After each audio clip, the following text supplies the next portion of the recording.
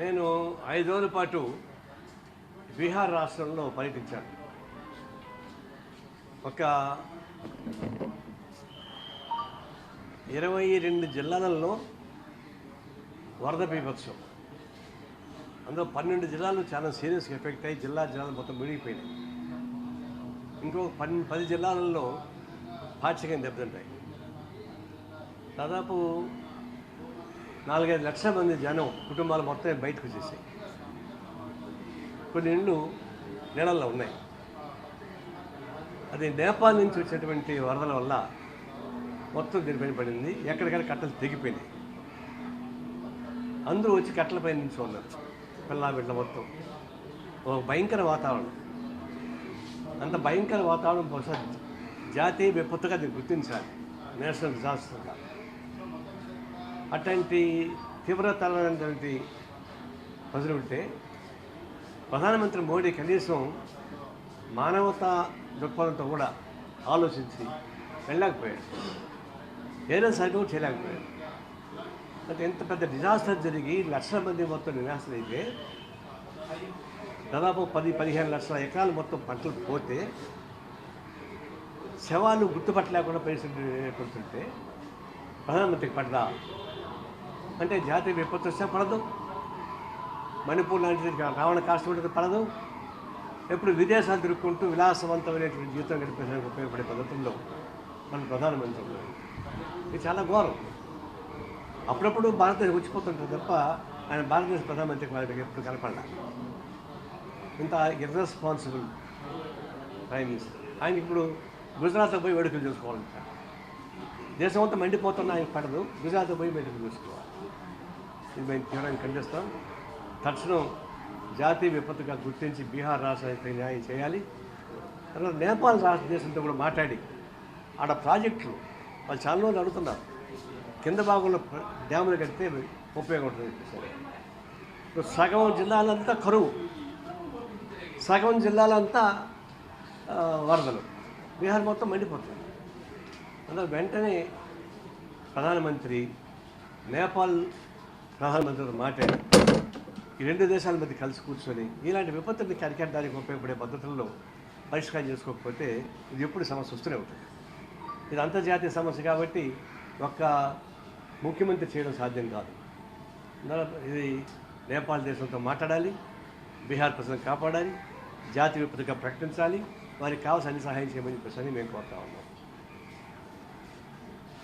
రెండవది, ఈరోజు అర్బన్ నక్సలైట్ల పైన అమిత్ షా గారు అన్ని ముఖ్యమంత్రులతో కలిసి మీటింగ్ పెడతా ఉన్నారు. అంటే అర్బన్ నక్సలైట్స్ పైన కాన్సన్ట్రేషన్ పెడతా ఉన్నారు. మరి భారతదేశంలో జరిగే రేపులు, మర్డర్స్, కిల్లింగ్స్ ఇవన్నీ జరుగుతూనే ఉన్నాయి. భాగ్యానికి పోవడం. రేపులు చేసేవాడు మళ్ళీ బెయిల్స్ ఇస్తూనే ఉన్నారు. డేరా బాబాకి ఎన్ని మాటలు ఇస్తారండి పేర్లు? హర్యానాలో ఎన్నికలు జరుగుతాయి కాబట్టి ఇస్తారా? ఇప్పుడు హర్యానాలో ఎన్నిక ముందర డేరా బాబాకి బెయిల్ ఇచ్చారు, కానీ గెలుస్తారా? హర్యానాలో గెలవరు. రథం గంట ఫలితం కూడా దక్కదు. అంటే ఏం చెప్పారంటే ఇప్పటికీ ఆయన ఘోరాతి ఘోరమైనటువంటి నేరాలు చేస్తే ఇప్పుడు ఎన్ని మాటలుగా ఇచ్చారు పేరోళ్ళు? పంజాబ్ ఎన్నికలప్పుడు ఆయనకు పేరోళ్ళు ఇస్తారు, హర్యానా ఎన్నికప్పుడు పేరోళ్ళు ఇస్తారు. ఇంత నీతిమైనటువంటి ప్రభుత్వాన్ని చూసినప్పుడు మీరు అర్బన్ నక్సలైట్స్ మీద కాన్సన్ట్రేషన్ కాదు, ఈ డేరా బాబా లాంటి వాళ్ళు చేసే అకృత్యాలపైన మీరు ఎంత కట్టడం చేయడం లేదు. ఇది దాన్ని తీవ్రంగా ఖండిస్తున్నాం. ఈ అర్బన్ నక్సలైట్స్ కాదు ప్రమాదం, ఈ మితవాద టెర్రరిస్టే ఇది ప్రమాదం. మితవాద టెర్రరిస్ట్ పల్లెలకు పోవడం లేదు. ఈరోజు ఆర్ఎస్ చీఫ్ చెప్తున్నాడు హిందువులంతా ఒకే ఐక్యంగా అని చెప్పేసి. అంటే భారతదేశం మొత్తం ఐక్యంగా ఉండాలన్నా, హిందువులు మాత్రం ఐక్యంగా ఉండాలన్నా? భారతదేశం సమైక్యం పెట్టారా లేదా? ఇది పెద్ద సమస్య. దానిపైన కాన్సన్ట్రేట్ చేయాల్సిన అవసరం ఉంది. పెరువులే వరవర్రావుకు రాదా? వరవర్రావు బాంబేలో ఉంటాడా, బయట రాడా? కానీ డేరాబాబు మాత్రం ఎప్పుడు అప్పుడు వచ్చి విలాసవంతం చూస్తాడా? ఇది ద్వంద్వ ప్రమాణాలు కేంద్ర ప్రభుత్వాలు ఉన్నాయి. దీన్ని మేము తీవ్రంగానే ఖండిస్తున్నాం. అయితే ఒకటి గుర్తుపెట్టుకోవాలి, ఈ దేశంలో బీజేపీ ప్రభుత్వ పాలన పాసంగా మారుతూ ఉంది. ముఖ్యంగా వామపక్షాలపైన దాడి ఇప్పుడు చేస్తున్నారు. అది ఇప్పుడు నక్సలైట్ల పైన కూడా చేస్తున్నారు. వాళ్ళ దగ్గర మా పైన కూడా పడతారు, అది వేరు. అయితే ఈ మారుతున్న పరిస్థితుల్లో మనం కూడా గుర్తుంచుకోవాల్సి ఏంటంటే జనంతో కలిసి పోరాటం సాగించేటువంటి ఏర్పాటు చేసుకోవాలి. నా ఉద్దేశం పునరాలోచించమని, ఆయుధాల ద్వారా కాకుండా ప్రజా పోరాటాల ద్వారా ప్రత్యక్షంగా ఎదుర్కొని ఈ ప్రమాదకర ప్రభుత్వాన్ని ఓడించాలి తప్ప ఇలాంటి సెల్ఫ్ సాక్రిఫైస్ వల్ల కుదరదు. దాన్ని పునరాలోచించాల్సిన అవసరం అని నేను విజ్ఞప్తి చేస్తాను. అట్లాగే ఇప్పుడు జమ్మూ కాశ్మీర్ ఎన్నికలు జరిగినాయి. 5 మంది ఎమ్మెల్యేలు నామినేట్ చేశారు ఇప్పుడు దొడ్డిదారిగా లెఫ్టినెంట్ గవర్నర్ ద్వారా. అంటే రేపు రాబోయే ప్రభుత్వానికి సపోర్ట్గా ఉండడానికి అప్పటికే 5 మంది ఎమ్మెల్యేలు రెడీమేడ్ పంపించేశారు. పుదుచ్చేరిలో లెఫ్టినెంట్ గవర్నర్ అదే చేస్తున్నారు. ఎన్నికల గవర్నమెంట్ పోటీకి 5 మంది నామినేట్ చేస్తారు. వాళ్ళకి సర్వ హక్కులు ఉంటాయి, ఓటింగ్ రైట్తో సహా. ఇప్పుడు జమ్మూ కాశ్మీర్లో కూడా 5 మంది నామినేట్ చేశారు ఈరోజు. వాళ్ళకి సర్వ హక్కులు ఉంటాయి, ఓటింగ్ రైట్తో సహా.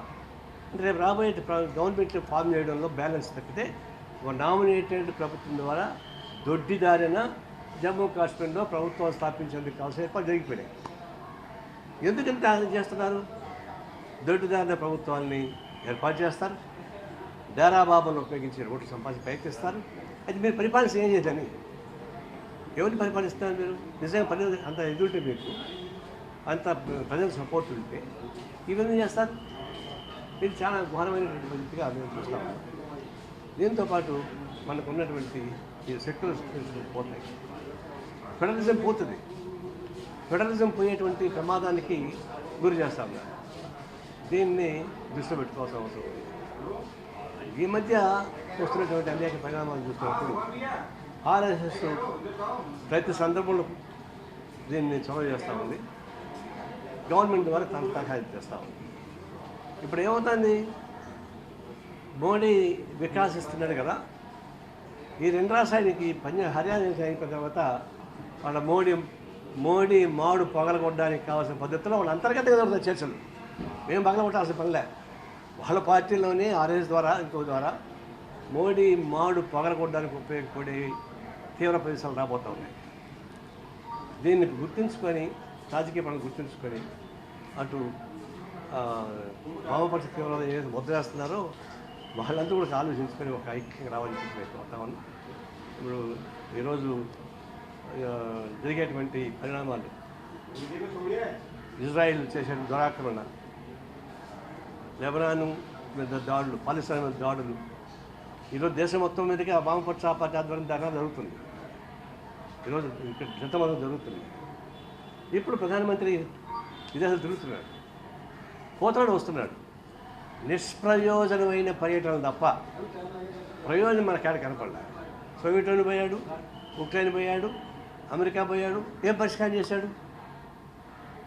అందువల్ల అది ఒక విలాసవంతమైన జీవితం అనిపించేది మోడీకి లేని గుణపాఠం త్వరలోనే గుణపాఠం వస్తుందని మేము ఆశిస్తాం. ఫ్రాన్స్ అధ్యక్షుడు నాకు స్టేట్మెంట్ ఇచ్చాడు, ఇజ్రాయెల్కి ఆయుధాలు ఇవ్వద్దు, ఆపేయండి అని. ఎవరు? ఫ్రాన్స్ ప్రెసిడెంట్ మెక్రాన్ ఒక స్టేట్మెంట్ ఇచ్చాడు, ఇజ్రాయెల్కి ఆయుధాలు ఇవ్వద్దు, ఆపేయండి, ఆయుధాలు ఇస్తున్న కొద్ది దురాక్రమణ దాడులు ఎక్కువ చేస్తుంది. సేమ్ ఇండియన్ గవర్నమెంట్ కూడా అదే స్టాండ్ తీసుకోవాలంటారు.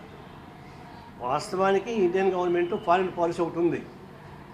ఫారిన్ పాలసీ ఎప్పుడు కానీ ఇంతవరకు మోడీ తప్ప ఎవరు ఇజ్రాయెల్ పోలేదు. మోడీ ప్రధానమంత్రి ఇజ్రాయెల్ పోయాడు, కానీ ఇజ్రాయెల్ ఎప్పుడు మనం గుర్తించలేదు. అంటే దానికి సానుకూలం పద్ధతుల్లో మనం పాలస్తీన్ సపోర్ట్ చేస్తున్నాం, ఇందిరాగాంధీ మొదలుకొని కూడా. అలాంటప్పుడు యుఎన్ వరకు చర్చ వస్తూ ఉంది. వాళ్ళు నరహంతులుగా మారిపోతున్నారు.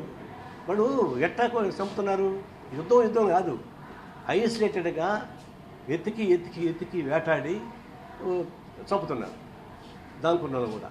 అంటే సెలెక్ట్ అండ్ హిట్ అనే పద్ధతి ఉన్నారు తప్ప అది ఉద్యమంలో రాలేదు. అలా నరహంతులకు ఆయుధాలు ఇవ్వడం ఏంటి? ఆయుధాలు ఇచ్చినప్పుడు కూడా నరహంత కింద లెక్క. అందువల్ల వాళ్ళకి ఇవ్వకూడదు, దాన్ని మొత్తం బహిష్కరిస్తే మంచిది అనిపిస్తే బాగుంది.